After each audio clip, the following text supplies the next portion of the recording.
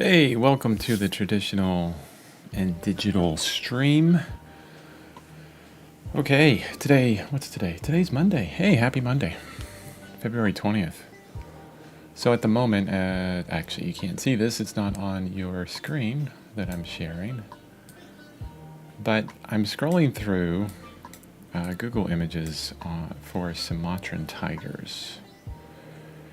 And the reason why I'm doing this is because when I'm looking at our current tiger body right now, I just want to get a better understanding of kind of like size of body compared to head. So I'm trying to find a Sumatran tiger photo that has some kind of similar placement. Just get some ideas. Also, I'm looking for images that, have this kind of high contrast lighting. Having some, not issues, but it's one of those things, it's very specific. You don't know how to do it, so we look up imagery to try and help. Hey, good morning, Thinker. Great job in answering my question yesterday. I really like the higher value on the whites and the subtle colors in that area. Yeah, I agree. I think the lighter areas in here are looking pretty good. It for me when I come back to this morning, I look at it and it feels like the head and the body aren't quite connected correctly, and so that's why I'm kind of looking at some photos as well, to kind of look at what is off. Now this is an older tiger. Look at this. Pretty interesting. You can see the age in this tiger, the perseverance that's happened there. Got that beard going. It's interesting how they grow these kind of manes like a lion. Thinker says, concerning changing the live stream to a later start time, there's an extra benefit. You'll probably not have me with my annoying questions and distractions as often. It's not going to get much later than it is right now. The way my schedule is, right after the live stream, I actually, if it got any later, it'd just be a half an hour later. So like 5 a.m. for me, that would be 8 a.m. for you. Not sure if that's too late for you. But if it got a little bit later, it'd only be that far. Unless we move to like the East Coast or something, that's the only way it would get a lot later. Because I get into work pretty soon after that. This is interesting. Look at this. We got this light on this tiger's head. I'm going to save this one. And there's another one in there that I picked up for the light. Yeah, I like that you're here. I'm sure I'd get other people showing up if I started it later, but most of what I'm doing here is, kind of a collection that will just stay in YouTube that anybody can kind of watch at any time. The nice, what I really like about YouTube is it's the second largest search engine on the planet, and every other social platform is not a search engine. So all the videos that I have here will stay here and will continue to kind of grow.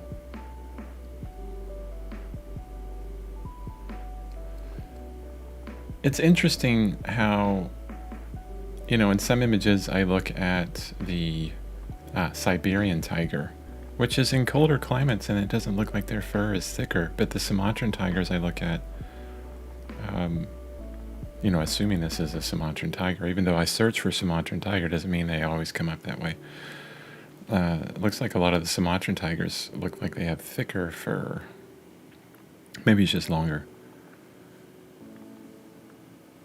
Yeah, the fringe of the frame needs to be a higher value. I can agree with that.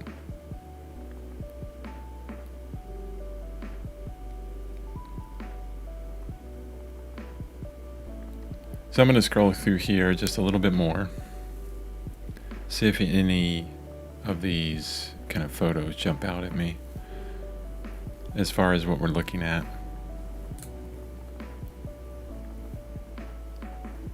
Oh, I can't believe it. Oh, okay, that cleared up.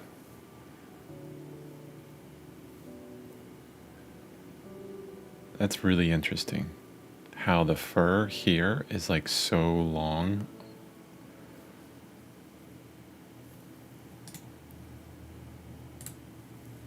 Berlin Zoo. I will warn you, if you decide to do some kind of art with animals, especially these kind of big fauna, you'll see, and you do a search for imagery on Google, you'll see a lot of images of, poaching and, kind of sad things that happen to tigers. Unfortunately, it's the reason why that we're working on this is because they're a critically endangered species as well. And I should mention that more often.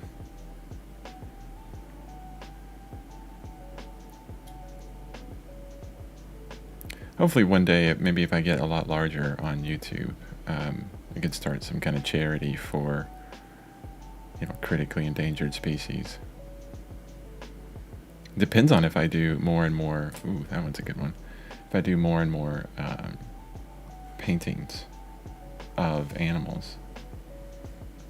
So this one's kind of off kilter. I wouldn't use this exact image, but I'm just looking at kind of like the lighting. That's a very thin tiger.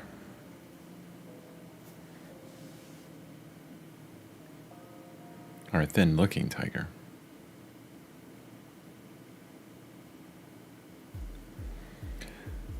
If I could just find a this isn't too bad, I guess. A Sumatran tiger where he's, that kind of in this position, but more erect, like standing taller. That way I can look at the kind of body size.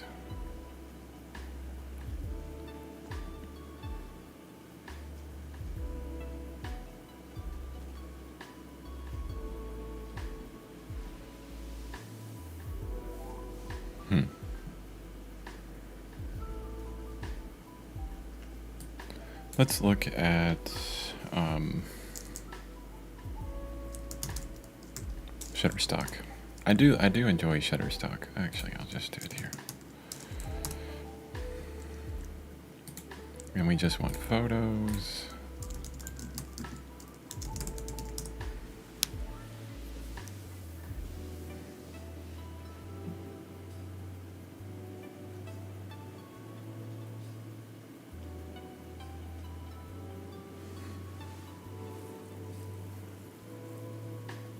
This is part of the game, especially when you're doing a subject that,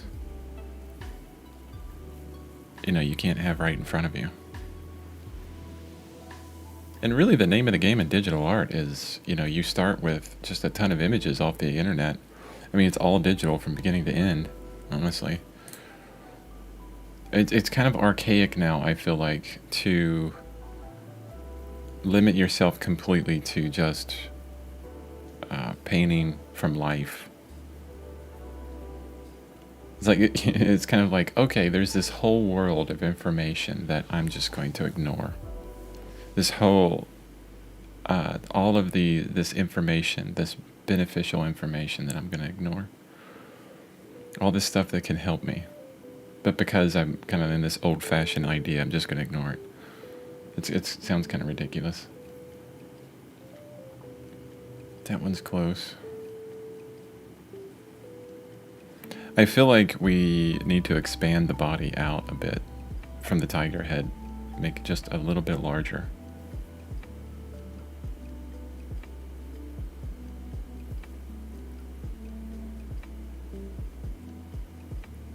I see a lot of images now. Now that I'm looking for it, I see a lot of images with this kind of like high contrast lighting in some places.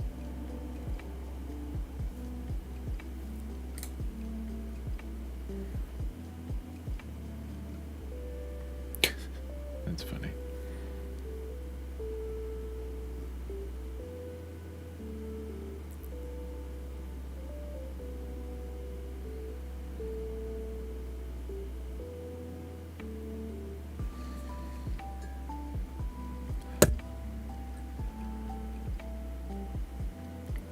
So, Thinker, what is your beverage of choice in the morning? Coffee, tea, black, with creamer? What do you enjoy? Do you even have caffeine in the morning? Can you have caffeine in the morning? I try to stay away from it. I can't have too much of it. So I have yerba mate tea, which is caffeinated, but it's kind of not. It's interesting. You can read a bunch of articles on it and people say, oh, it's good, but not.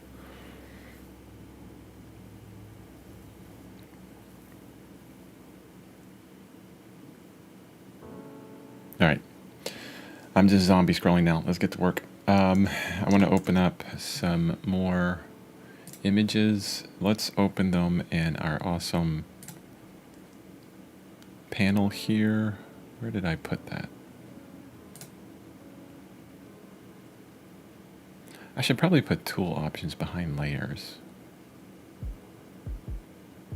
in this layout. That way I can actually see them well. Okay, gotta grab it this way.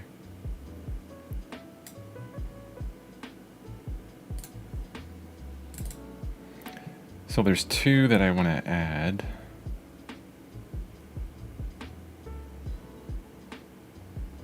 Actually, now that I look at these, I don't think I want to add them. Well, I do want to do some tests on a couple of these as far as, looking at values in the jungle. This one. I think this one.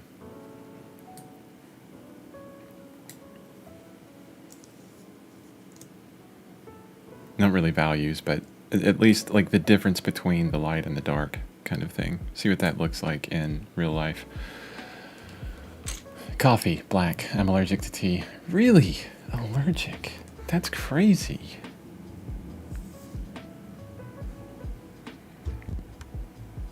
Actually, we have lots of friends that have allergies to the strangest things, like onions. Like, onions are in everything. It sucks. My dad's allergic to a lot of stuff. He's planning on moving out west, to places like, whatchamacallit? Oh, geez, my brain just died there. New Mexico. Lots of lack of allergy out there. Okay, I'm going to overwrite the one. So I figured out how to overwrite your settings. So you have to type it out exactly like it is. And then it'll give you this overwrite button. See, I can still go back to my older setup if I wanted to. And then the newer setup. And then this is the full picker only. And then this is the David Revoy setup. So I have like all these different setups that I'm kind of trying out. I would definitely suggest that. I mean, if you're, doing Krita, if you're into it, try it out. Okay, I want to, actually this should be pretty simple and easy to do. Well, first off, we need to lighten up the beard, the tiger mane / beard. All on one layer. Hey, just like traditional. That's all you have is one layer on traditional. I wonder, what if, okay, let me back out. What if we did this? We did Control U on the entirety of the tiger. And no, let's do Control L for levels. Actually, what other kind of filters are out there? So this is all into the adjust menu. I usually use Control U or Control L for levels. Oh, there's curves. Control M for curves. Curves are fantastic, especially for photos. If you want to get a high contrast photo, usually, if you take a photo and it doesn't really have a kind of contrast that you want. I use this a lot with video production because I record in C-Log, which is kind of like a flat profile. You can do something like this, like bump up the highlights and then bring down the shadows for more contrast. Have this kind of nice, different curve. I wish you could Control Z on this. Oh, you got to reset. Okay. But what I want to try and do is all of these areas here are kind of in the midtones, I would guess. And what this is going to do, it will bump up everything, right? So my light tones, I could say, no, let's not bump up the light tones. What's interesting is it looks like it's removing a lot of the saturation. Wow, that's like desaturating things. Huh. Channels, red, green, blue, alpha, saturation, lightness. Let's reset and use lightness.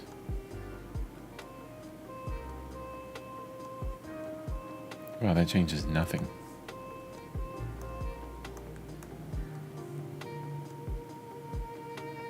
Hue. Wow, you can just affect hue with this? That's interesting. Okay. RGBA, so everything.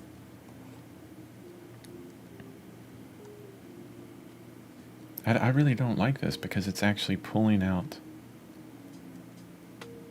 the saturation in our color. Chroma is being removed, everything I adjust. We have more and more of a gray tiger, it looks like. Ooh, that looked awful.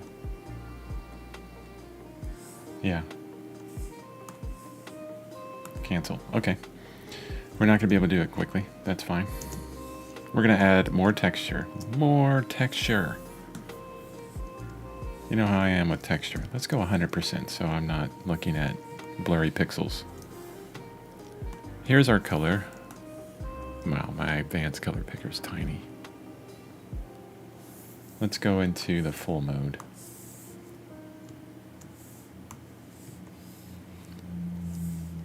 Alright, so here's the color we're looking at, around in here, so that value range. Let's keep the same thing and let's just lighten it up. But it's okay, it's going to be a gradual thing. So let's say we have this lighter value here. We can start this here. Maybe bring some of these guys down and over. Probably need to gray this out a bit more as well, because we're dealing with the main, so it's going to get a lot grayer. Take this value, lighten it up, gray it up.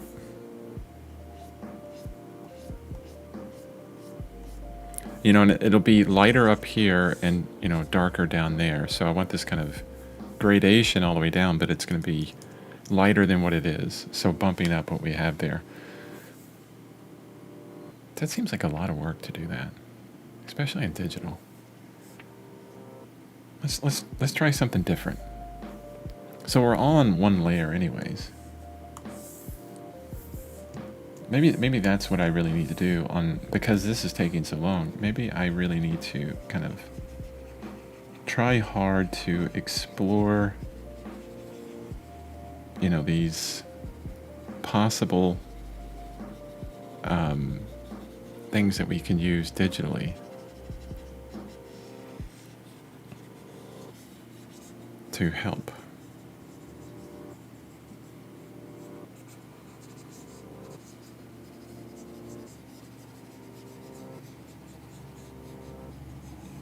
I'm going to go all the way up here. I'm going to back up. Now we'll use Control L.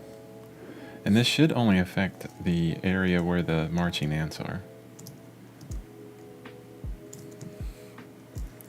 And you can hit Control H to hide that, so it's still there. But it's distracting. But that's going to darken it. We'll lighten it this way. Gotta wait for it to load as well, because these levels take a bit of time.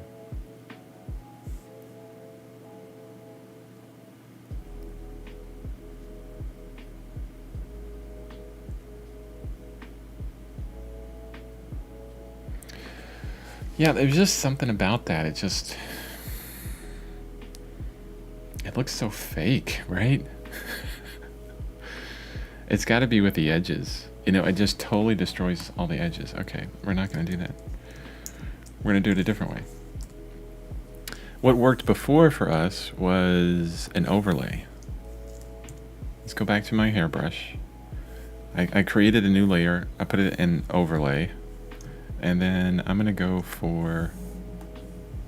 Wow, I really need to fix this. I changed that, and now it's no good that way. That color picker is way too small. So still a gray, but let's lighten it up a lot. Because with this overlay layer, that's all it's going to do is just lighten up things.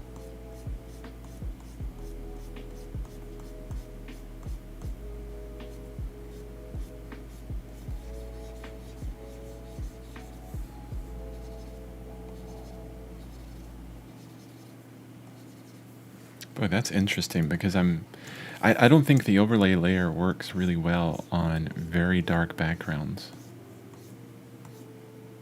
Like I'm like pressing really hard and nothing's happening. But if I'm out here and I press hard, look at that. I mean, it's a big change.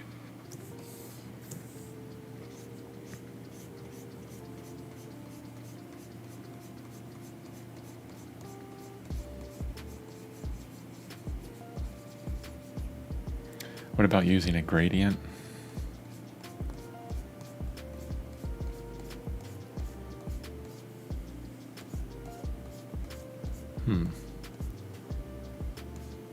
I don't know.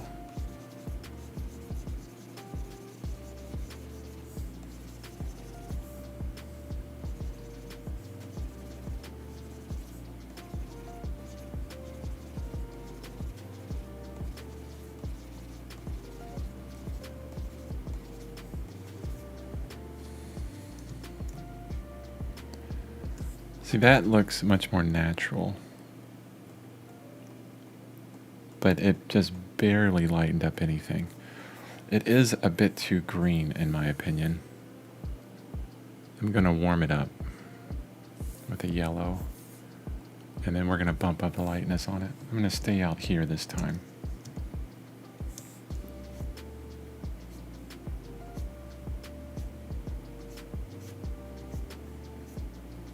Boy, I love how those whiskers just popped when I did that.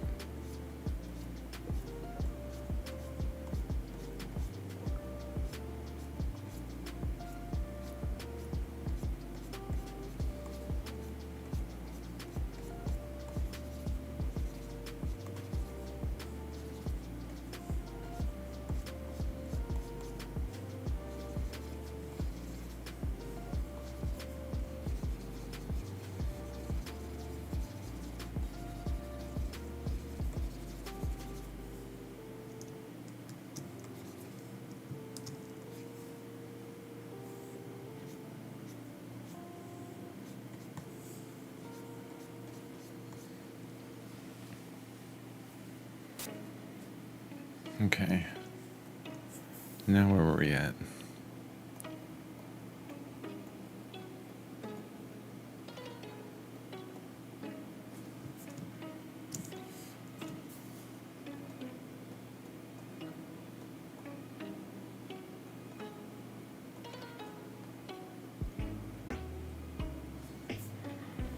I think we have to go some more on this. I'm going to have some fun with it though. I'm going to go into kind of a purple color.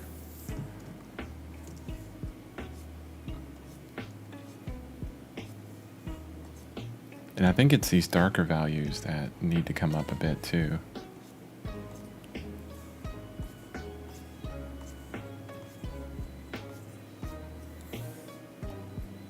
Let's see if we go extreme, if I can really... Okay, that definitely affected those darker values. Let's keep those in kind of a bluish tone.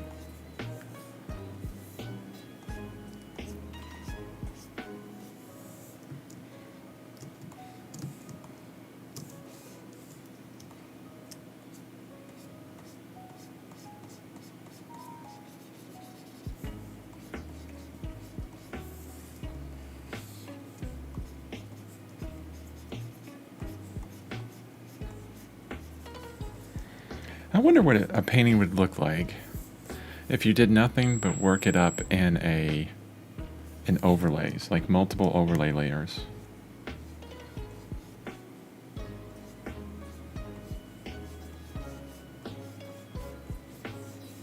That seems like it would be pretty interesting.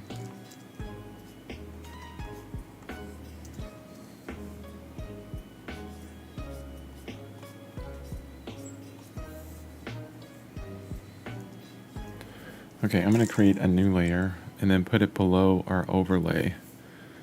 And what I'm going to do is take a selection of these darker grays, or darker blacks, or what's actually kind of a purplish blue thing. And I'm going to lighten that up individually. Oh, you see what that's doing? Because I barely lightened up the background. That highlight is just really blowing it up. Let's warm it up a bit.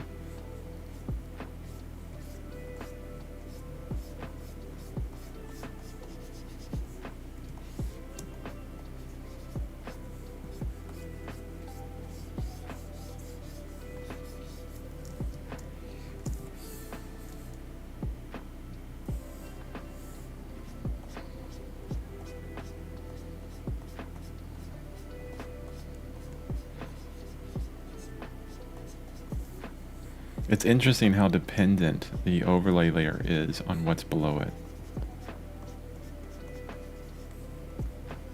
Kind of makes sense. I mean, it's an overlay layer, right?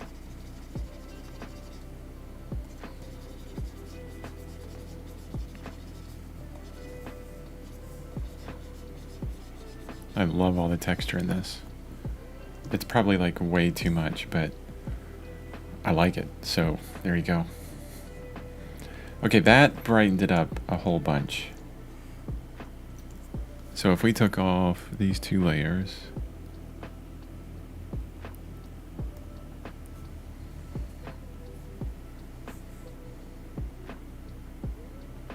pretty interesting. The one thing I hate about, okay, this reference image that I'm looking at right now, what I should really do is open it up and adjust the colors within it, because those colors are just terrible. Look at these colors. It's awful. It's like it needs to be warmed up in some way. Control, actually filter, because I want to pick from some of this to get some coloration within our own tiger. Color adjustment curves. That's probably why. Do we just have curves without color adjustment?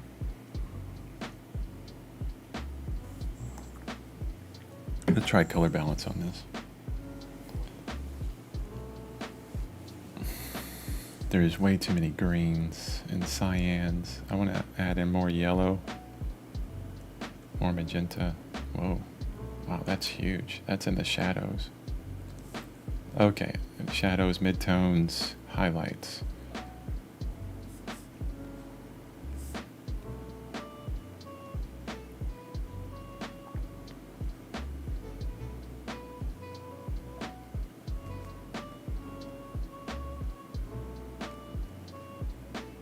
Just bring cyan down on everything, maybe?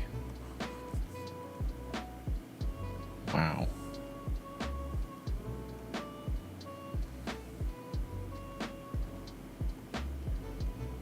It's getting worse.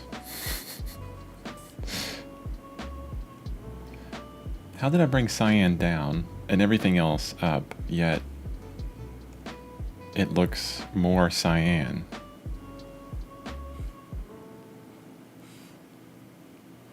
And then when I bring yellow, oh, I see. We're going from yellow to blue, magenta to green, cyan to red. Okay.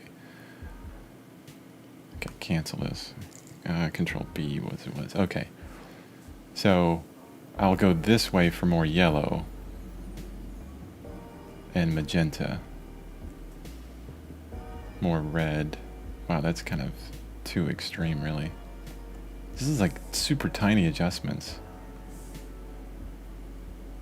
So more red in the midtones. and more yellow. The highlights, definitely more yellow.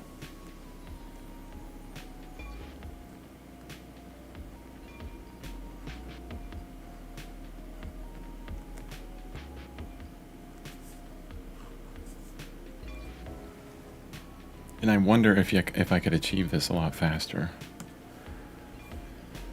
If I did filter, let's try that color adjustments. Oh, darn it. Just clicked away from it.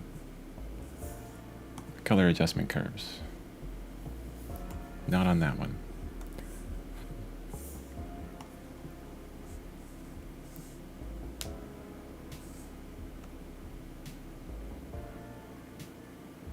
What's kind of weird about this is like, what color is what, right?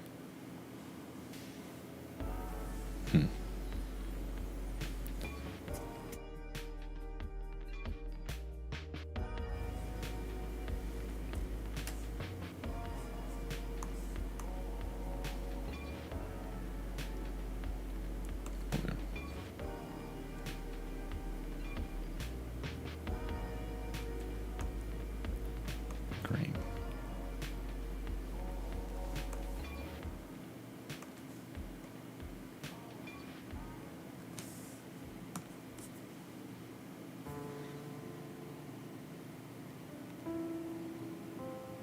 Yeah, not sure if that's even any better. I feel like I'm wasting your time. Let's look at it in more of a kind of value idea. So if we look at the nose of my tiger versus, the head of this tiger, which does have that dappled sunlight on it. Let's just look at differences and try and forget color within this. So if I select the nose of this tiger and kind of rub it over so I can kind of get several colors out of it. Well, values all over the place. Let me see, tool options. Let's go up to 4 pixels for our picker.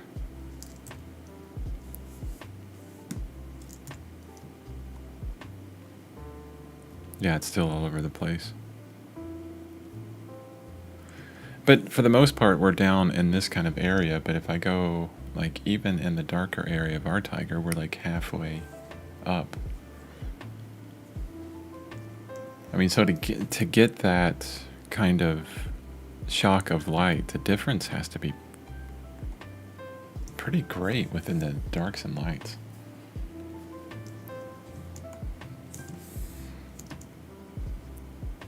I guess we could play with it real quick. What layer is this? What does this do? What's it got on it? Nothing. Okay. This will be our overlay layer. It's going to be a quick thing.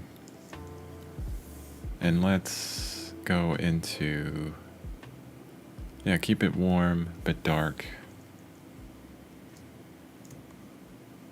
Nope.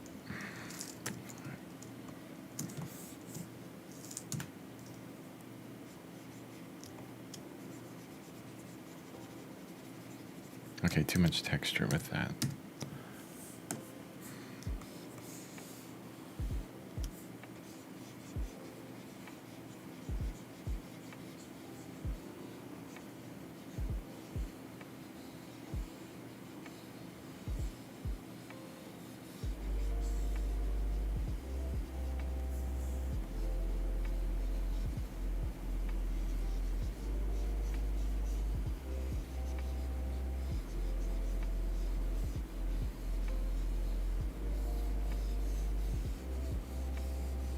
Just darkened up everything I lightened up.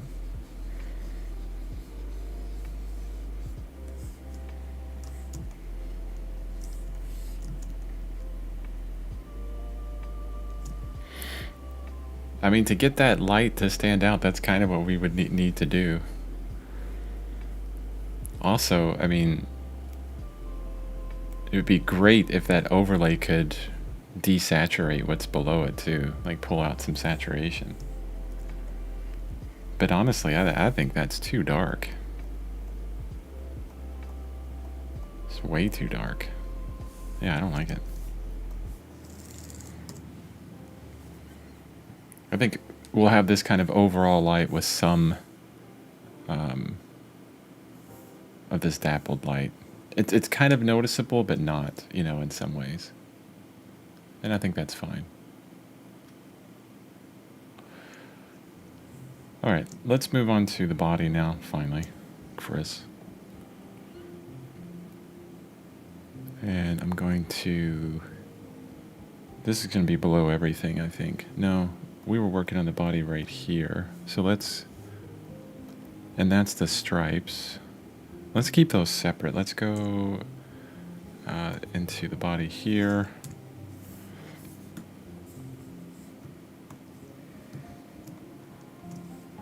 And I want to expand it a bit. I really hate the intensity on that color. I think it's too intense.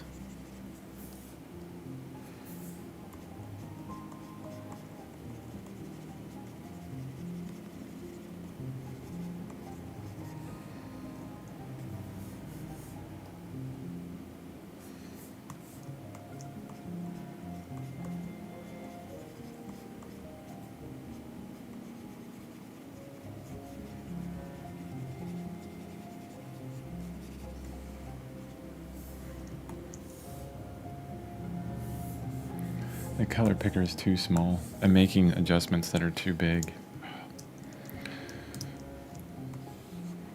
Okay, here's what I figured out. If you ever adjust your workspaces, you can't do anything on the canvas until you close it. So work on your workspace and then close it, which you can't close because it just reopened. So you kind of have to tap your canvas in order for it to reclose.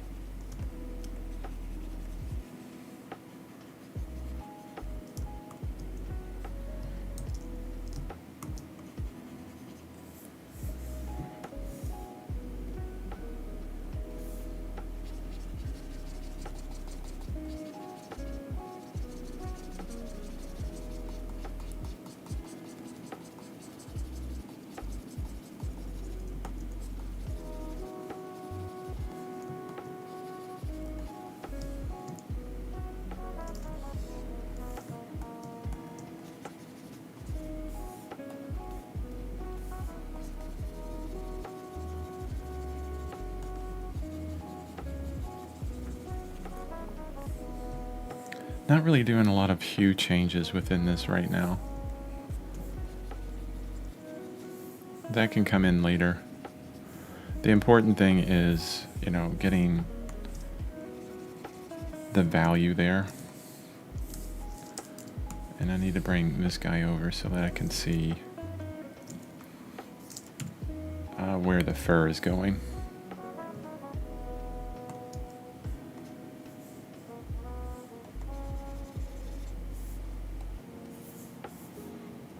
Actually, the only thing that I'm doing is kind of desaturating, which I should use my sliders down here. It's a better way of desaturating things, because it'll keep with the same hue and just pull the saturation down, get it a little bit closer to gray.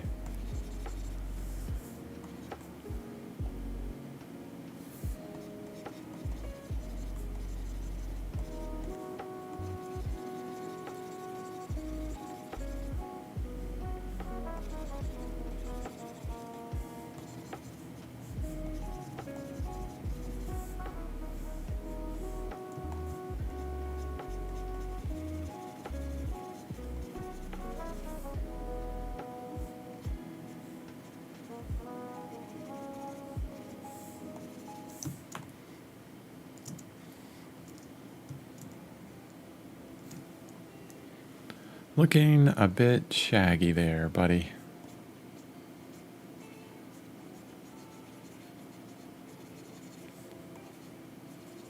Maybe a bit too shaggy. I believe this value needs to come up in here.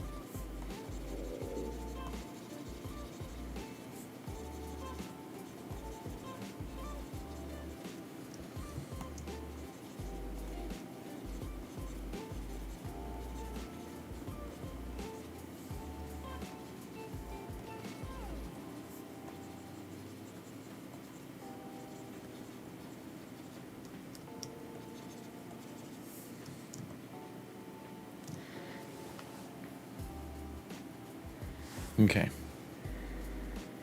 Yeah, I actually like the width of the shoulders now a bit better. There's a better connection there between the head and the body. The coloration is completely different than the head, though. So we really need to fix that.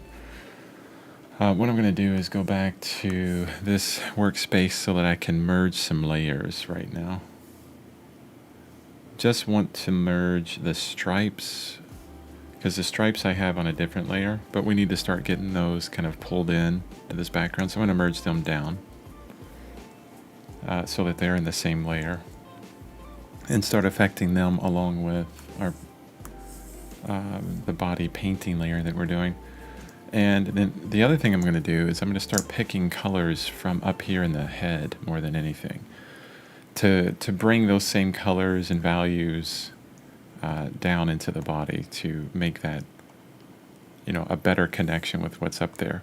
It's not going to be perfect because we have so much texture, like amazing texture up there, and we have to really repeat that with the body. Does anybody remember how we did that? Oh, thank you. You say, generally speaking, how do you know when a painting is done? Are there any differences between digital and traditional? This painting was done a long time ago. No, I'm kidding.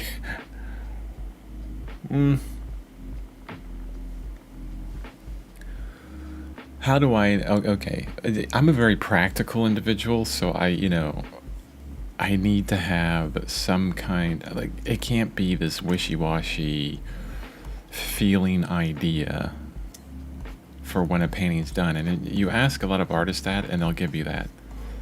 When it feels right, Sorry, that's not helping me, right? All the, when I think back of all the paintings that I've done, and I have a huge wall of paintings I'm looking at right now.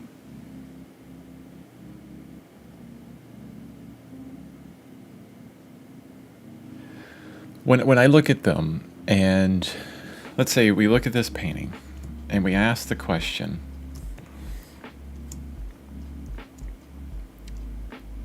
have I communicated what I wanted to communicate? Have I told the story that needs to be told? For the most part, I think this story is told. It's definitely there. Right? So that's the first question I would ask. I mean, I'm really happy with everything above, and I feel like I shouldn't change anything with the head or the background anymore, and just focus on the body and the rock and maybe this palm front and be done with it. That's what I'm feeling like. But the communication is there.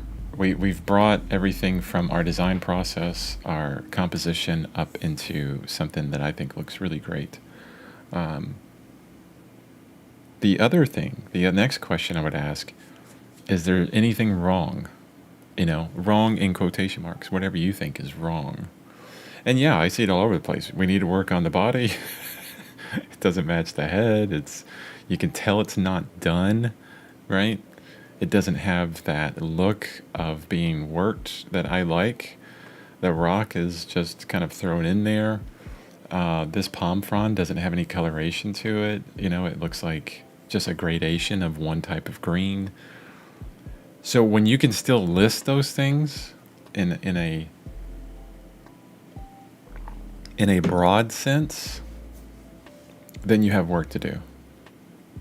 But if you have to get into like this level of detail, and you're like, well, these kind of lines on the nose could be better, or I could really pop out those whiskers a bit better, or work further on, change that value a little bit. No, you're done, right? There's kind of this size of change that you have to think about. Or else you could just continually work it to death. Like I could look at this palm frond, right? Oh, you can't even see that, it's black. I can look at this part of the palm frond right here, and I can tell you, like, I really don't like that. It looks kind of chunky and not really. But guess what? Where's our center of interest? It's here, not there, okay? No one cares about that. Like, I could look at this piece of palm frond and like, that looks kind of weird. I don't really like that. That doesn't matter. We're right here, okay? But if there was something within, this area that looked kind of odd and strange, like the body right now, or the entire body here, like this whole area, that whole thing, this whole thing down here, yeah, we got work to do, right? But if it's just kind of like minute little changes over and over again, yeah, you're done. You're done. Because you have to think about the viewer. You have to think about yourself when you're seeing a picture for the first time, a painting for the first time. You're not getting into those kind of crazy minutia of change, right? The broad strokes are the most important. And I did too much, like, well,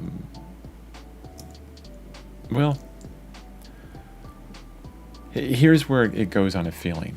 Did I do too much in the head? No, I really like the texture. I like how much we've worked it up. Now I got a problem. I need to do that same thing within the body so that it's brought up to the same level. The good thing is I can kind of flub out, this part of the body here and the tail, because it's not that important. But the front side, the chest and everything, we really need to get that moving forward. Bring it up to the same level as over here. And that's going to be through those multiple layers of texture. Actually, there you go, multiple layers. Let's see where we're at on that. Okay, this is where we're at. What is this layer? Where's my cursor? What is that?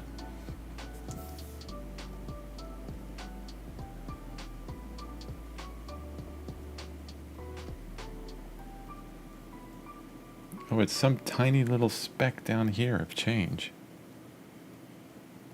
All right, let's clear that layer. It's really not making any difference. Yeah, we don't need that. So we can use this layer.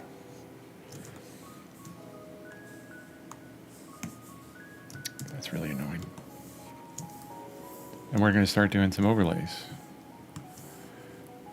Not an overlay in the sense of the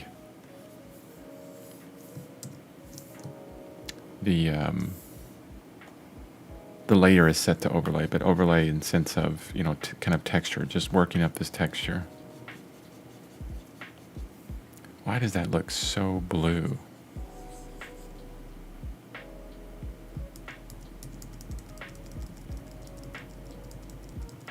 Okay, that layer has something going on with it that I don't remember. It has to. It's a normal layer. Let's delete it. Shift delete. Okay. Delete. Does this layer have anything on it? No. Shift delete. Insert. There we go. That's brown. Orange. Thank you. I mean, honestly, digital's great, but there's a lot of things that get in my way. Sometimes. I need a different hue on this. Where are we going to go with it? Let's go a bit into the yellows.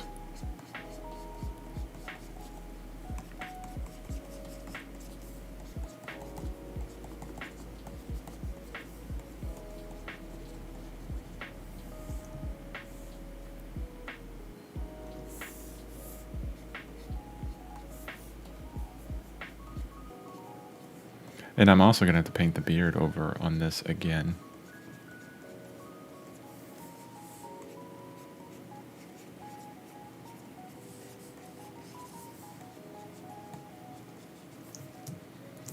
Zoom way too in. I'm zoomed in way too much.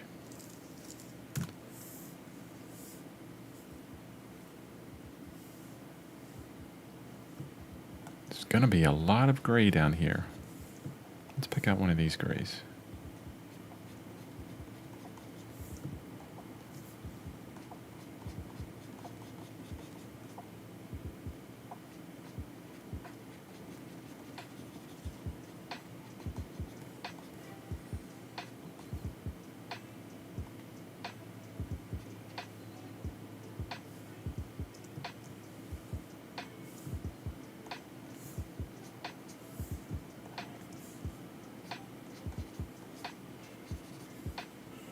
And some of these, like what I'm doing right now, I'm just kind of playing, right? With the values and stuff over here. I know I want it to be lighter, but, you know, what are some of these hues and values that I can bring down in there to, you know, kind of bring in the texture and interest. I've got to get going on time again today, 8:30 my time. Oh, okay. Yeah, wow. That hour went by so quick. All right, thanks for being here, Thinker. Appreciate it. See you. Yeah, I'll be here again tomorrow at 4:30. So I might stay for a little bit longer and get some of this texture worked up. But I'll see you tomorrow. Or look at your text tomorrow.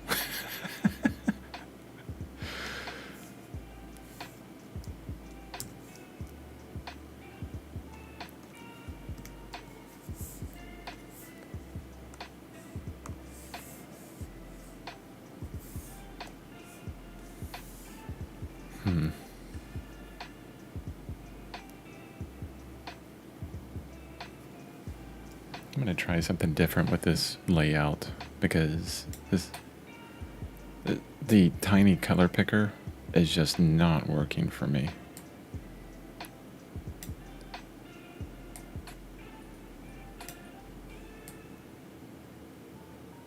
This is going to make my working area much smaller.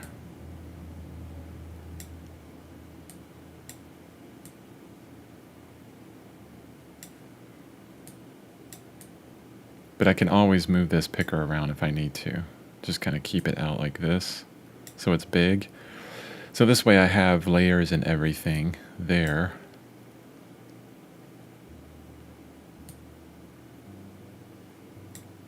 I like having the overview up there as well. What I'm really not using a lot of is this palette, honestly.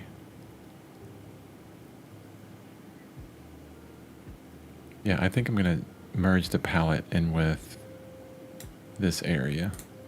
We'll put layers first, palette, tool options. Now let's save it again. Or overwrite.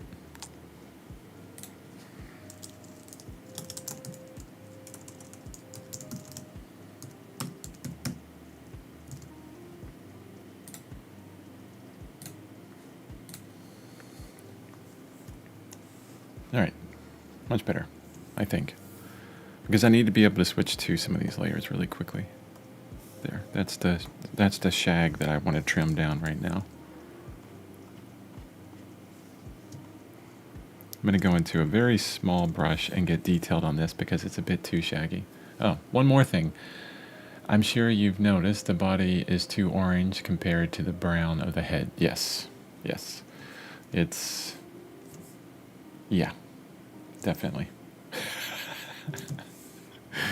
But thanks for putting it to words. Appreciate it. See you tomorrow. Don't be late for whatever you got going on. I should say the same to myself.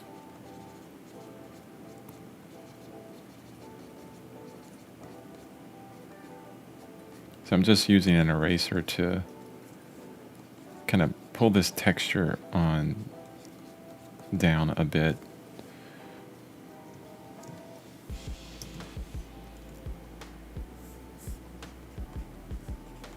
Not too much though. What I can also do is choose this brush, which is really nice, by David Revoy. And it's a smudge brush, and I can kind of smudge things around.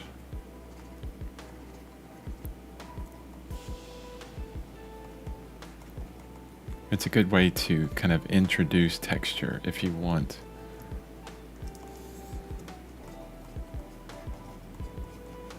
By just kind of moving the paint around.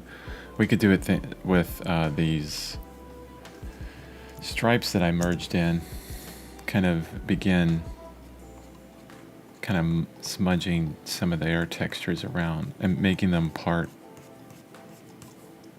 of the body a bit more.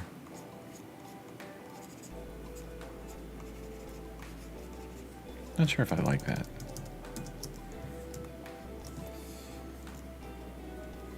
Yeah, the body's gonna need some work.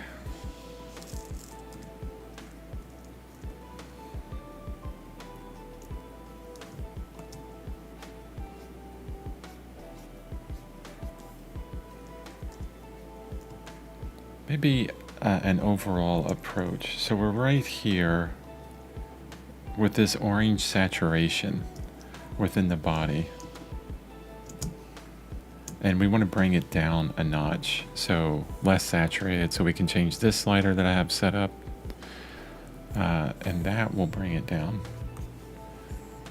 Or what would be more interesting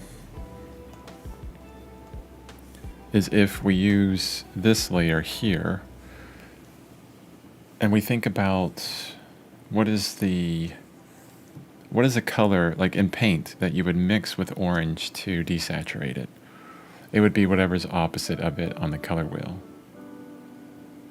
So, but you don't have to go opposite, you just go in that direction. So you could go all the way to gray, you know, in this way, and then whatever you put over it is going to desaturate that, but we also have a higher value as well, right? So what is this? This saturates more. Bring the value down. Let's pick that again. Desaturate. That should stay the same value. Yeah, it does. And then let's go to the other side. Into those blues. So we'll pick over here. And then maybe I can pull my opacity on my brush down, and let's just try going over this with the blue.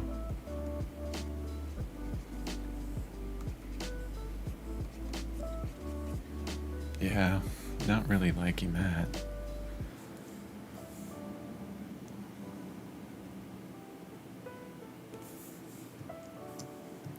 So this color in here, these kind of browns, see how saturated they are? It's really interesting. I think it's the combination of so many colors over top of each other, all that texture overlaid, that really changes the idea of what we're seeing here. But there's a lot of saturation around here. So let's try this.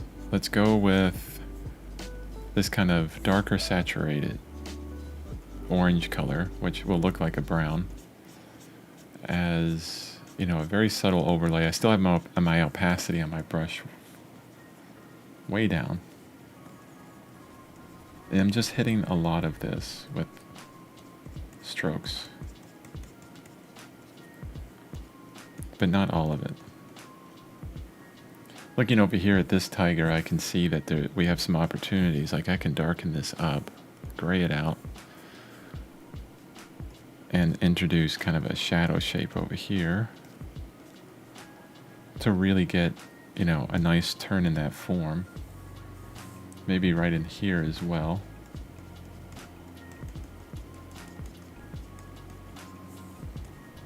I'm also trying to stick with or illustrate that we're dealing with hair as well.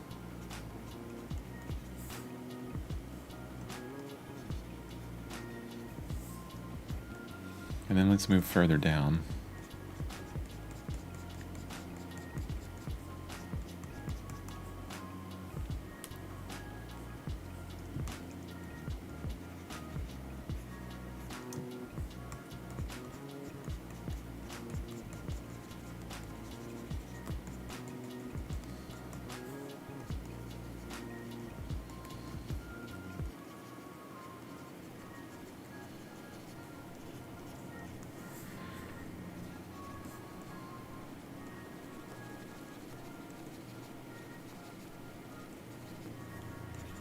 I even kind of follow this idea on oil painting where I'm throwing just a lot of different things around.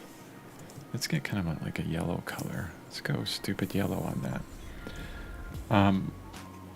Where this isn't less value, less saturation. This isn't kind of the final coloration or layers, right? It's more of a having fun layer to as, you know, not a better way of describing it, I guess. Or lack of a better way of describing it. But introducing a lot of these textures and different values, different hues. Well, similar values, but different hues in a lot of ways. Introducing some interest everywhere. And understanding that, you know, because digital is so forgiving in a lot of ways, that I could bring this back at any point in time. And I'm just focusing on the kind of orangey areas. Down here, I want to keep it really dark. And I'll probably bring it like way into the grays. Like how can we get a very gray brown or orange? Kind of like a burnt umber color.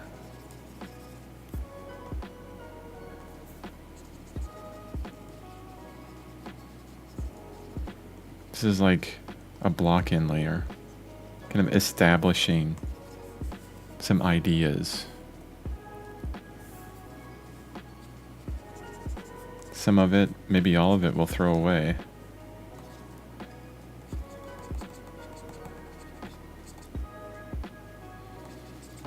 What I found, well, at least on my oil paintings, is when you introduce a lot of this, you continually introduce interest in your work. Even if it doesn't make sense right now, once you get a bit more detailed in places, all of these underlayers will kind of inform the subsequent layers above. And really the only thing that I feel like you have to worry about within these layers is, are my values correct? It's like this is a completely different hue than the gray that I'll probably end up with these paws down here. But I want this darker value, and that's the important thing. It's value that describes form, or at least colors that indicate, you know, a change from light to dark. And I say that because you could still use saturation to get that same feeling of change from light to dark.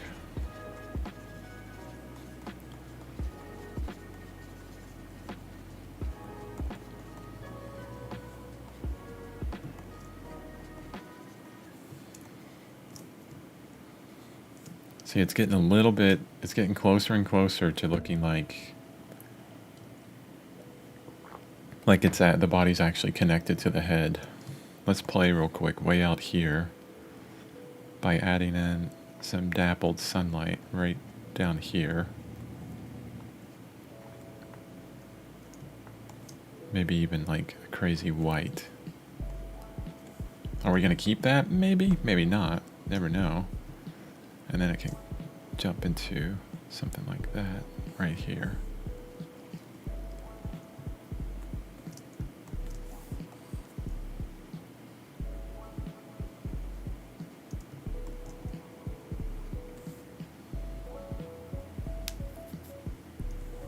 Yeah, probably won't keep those.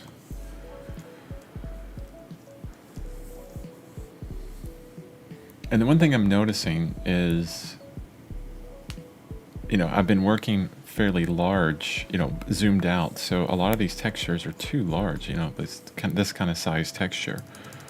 When really I should have a much smaller brush and bringing in textures about that size. But again, that's, something that you continually kind of work up. So we're going to jump onto a new layer. I just created a new layer. And I'm going to continue to work this up, but in a kind of smaller, more accurate way, I guess. And I want to get these kind of corners up here on the parts of the body set up the way I want. And then I can paint the beard back over it.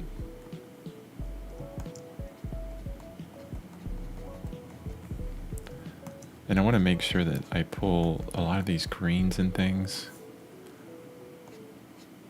from the beard into the grays that are, or at least the whites that are happening here. And I'm just really ignoring that highlight that I put in. Yeah, whatever. Just go right over it. It's not a big deal. Put this stripe all the way in there.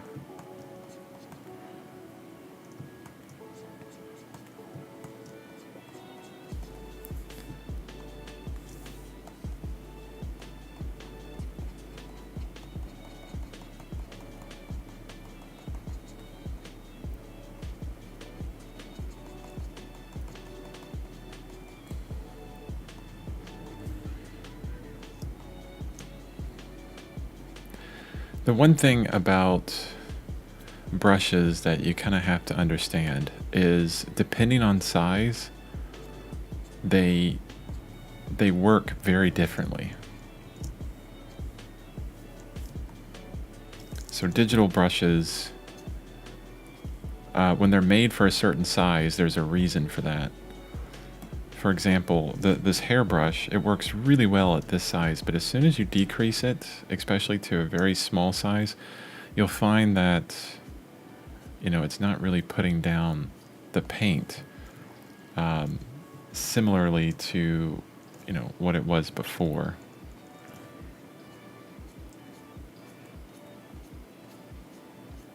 I'm really getting in here now to some specifics.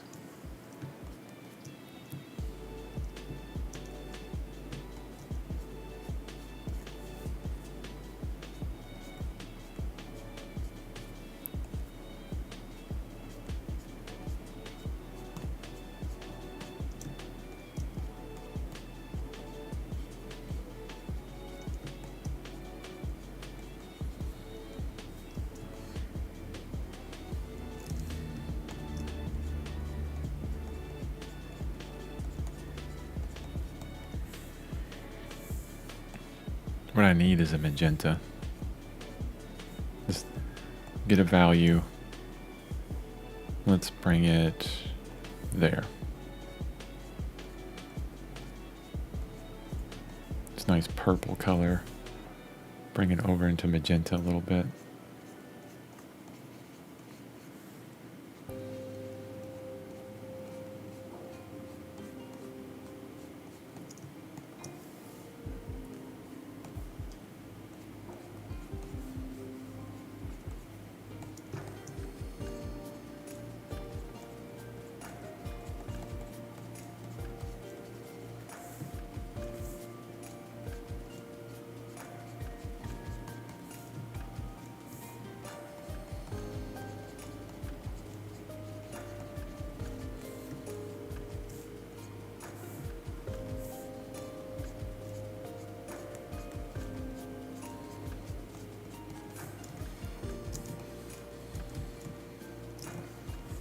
You have to be so careful when you're working that small.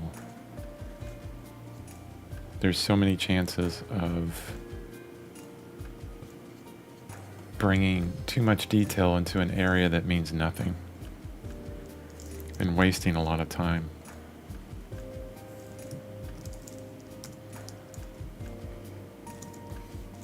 All right, I'm happy with this. Let's bring in some of that beard. Let's look at our bearded tiger. Our older guy. Yeah, he's got all kinds of stuff down there. That's cool. See if we can bring more of that in. And let's start with a darker color. This is like a greenish brown. Let's gray it out more. Darken it up more. I like working this mane of the tiger from dark to light. You can see how it's dark on the inside, these areas, and then as the groups of hair flow out from the face, they get lighter.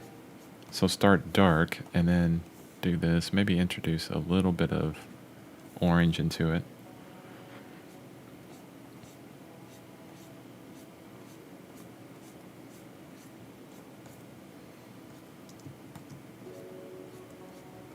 Lost some of that dark.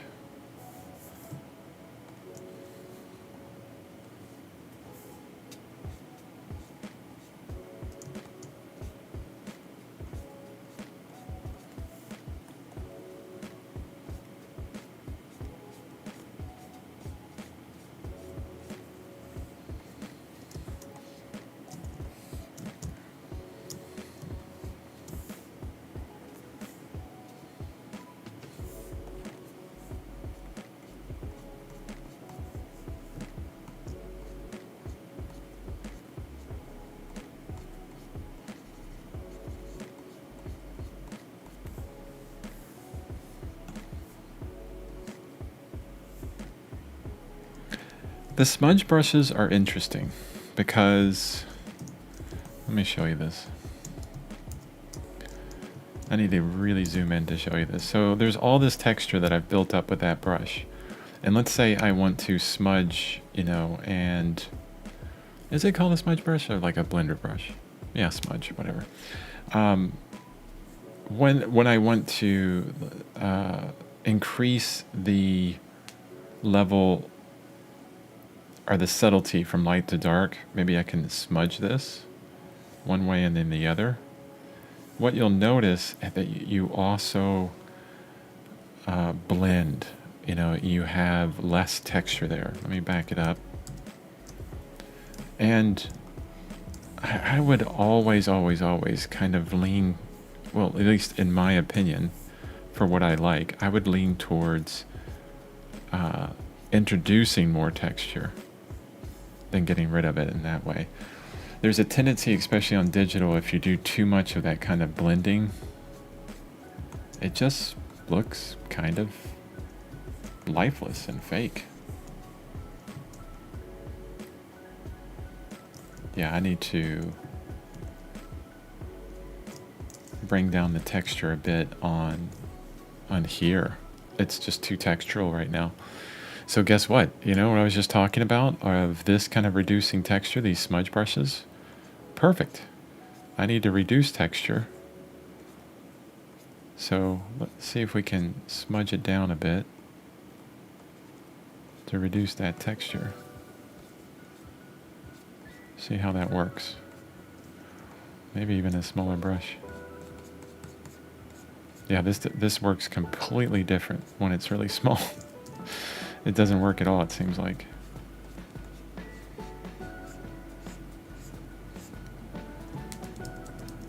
Okay, it's not smudging every layer, that's what the problem is. Okay.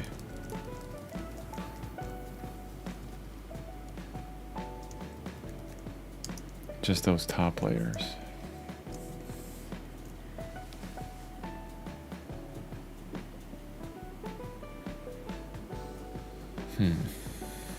Yeah, there's just too much texture in there. Another way to reduce texture is when, let's add in a new layer. Let's say I pick out this color here. If I keep building up on top of it, that also reduces texture and it becomes kind of flat.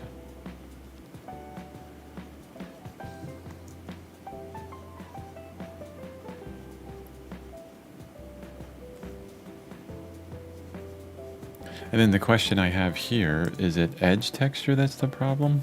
And find out where that edge is that I need to erase. Is it the edges that are making it look like it's super textural? And I'm going through every single layer to try and erase this thing.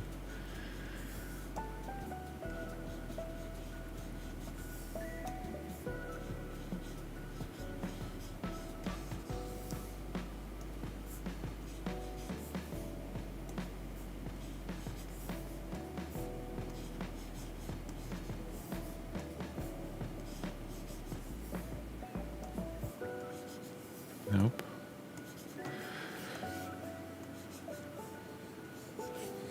Let's see if that really brought down the texture.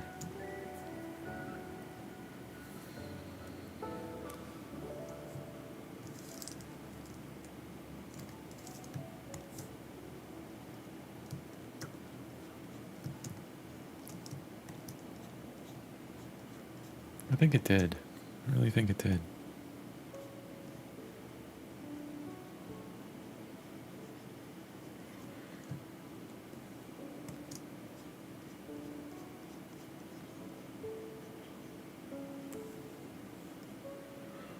I think what I'm going to do is I'm going to switch brushes to this brush here for a bit.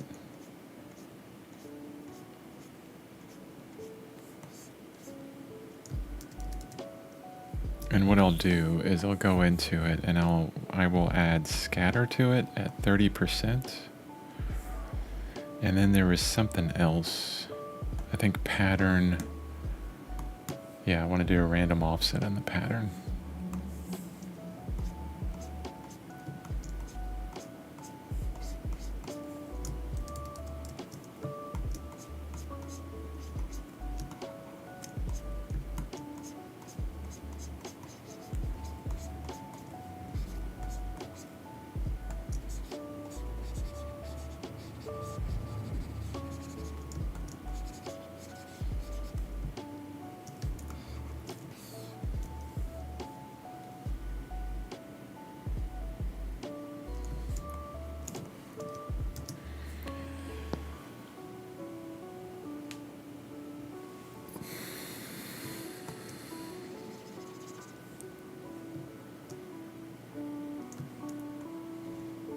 Okay, one more thing before I go is I'm going to remove the scatter on this.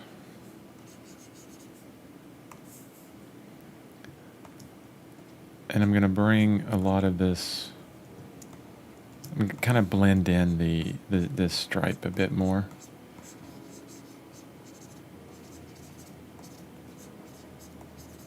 Just go over the whole darn thing. Just randomly lose a lot of it.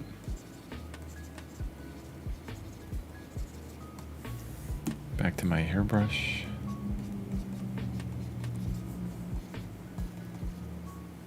Then we can take some of these interesting colors.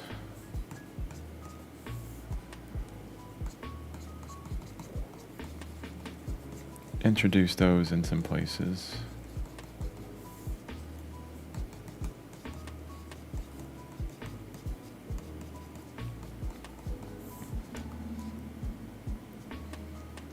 Really needs to come down a bit more. Let's do this.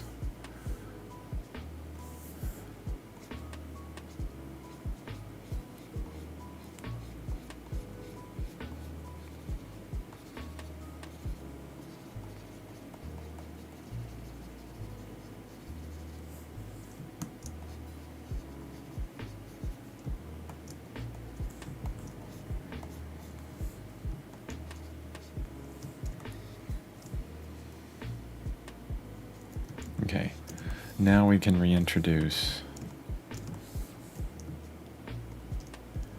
the kind of stripe effect, but this really doesn't have much of a color to it, so I'm going to bring in a blue, actually kind of like a teal color. Very small brush now, pressing hard with every stroke, but keeping the strokes somewhat long and just following what used to be that stripe. Keeping it as random as I can as well. Get darker in this area. Let's move it over to a purple.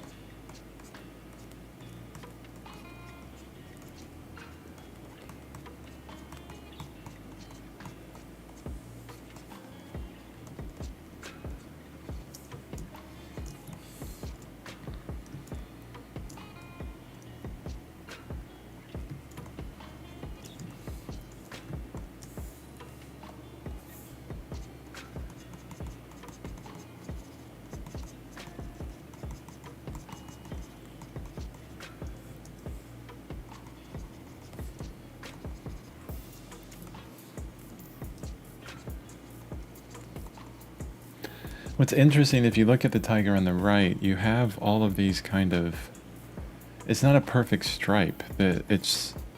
Those edges are all over the place. It's the generalized kind of overall shape that makes it look like a stripe.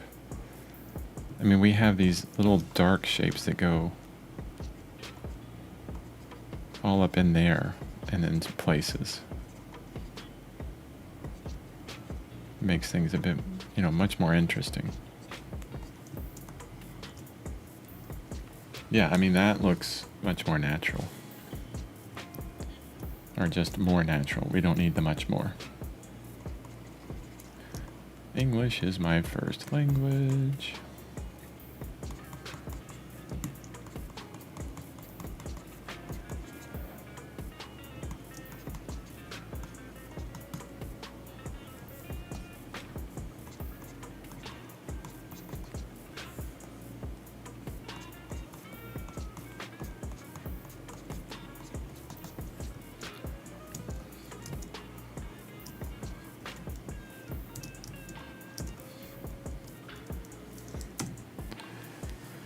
Okay. Yeah, that's looking pretty darn good. I'm liking that.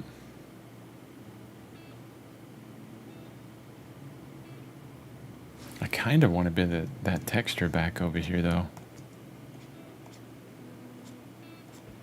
Reintroduce some of it.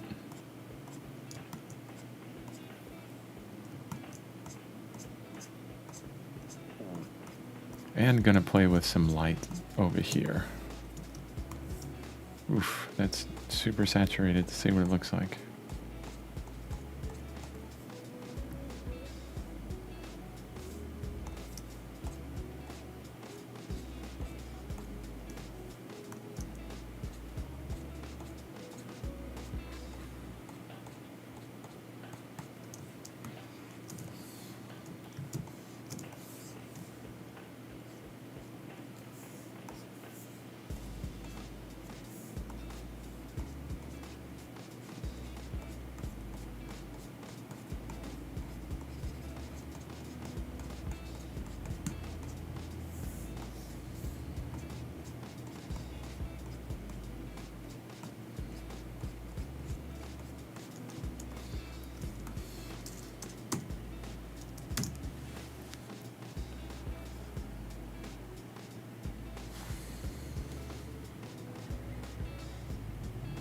Yeah, I could continue to beat that to death, but I think it's looking really good.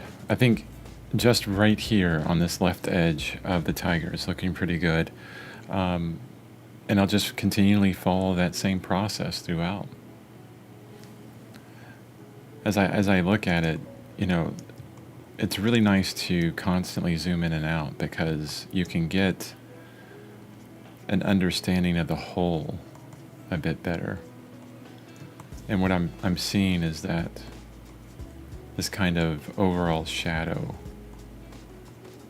that the head of the tiger should be casting on the body. Either needs to get smaller or larger, but it needs to change in some way. Just kind of like a feeling on that.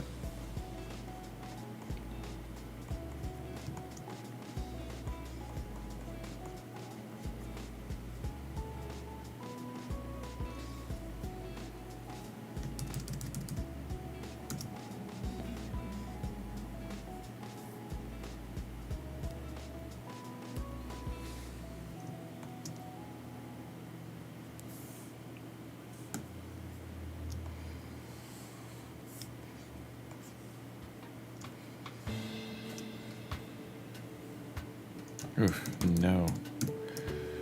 Keep that texture going.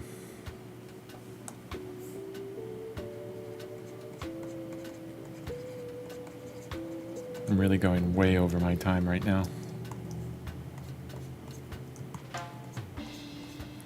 Just having way too much fun.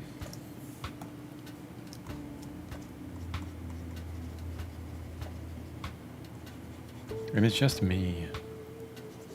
Just me on my stream. Painting. That's totally cool. Because I work on art every single day anyways. And for years it was just me. I wasn't recording anything. It's kind of nice to have, you know, a bit of a forum where it doesn't feel like I'm being schizophrenic by talking out loud while I'm painting.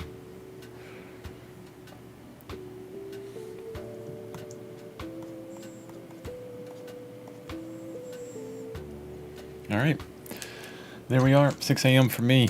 I'm done. An hour and a half work on our tiger here. It's looking really good. Yeah, having a lot of fun with it. Let's move these guys out of the way.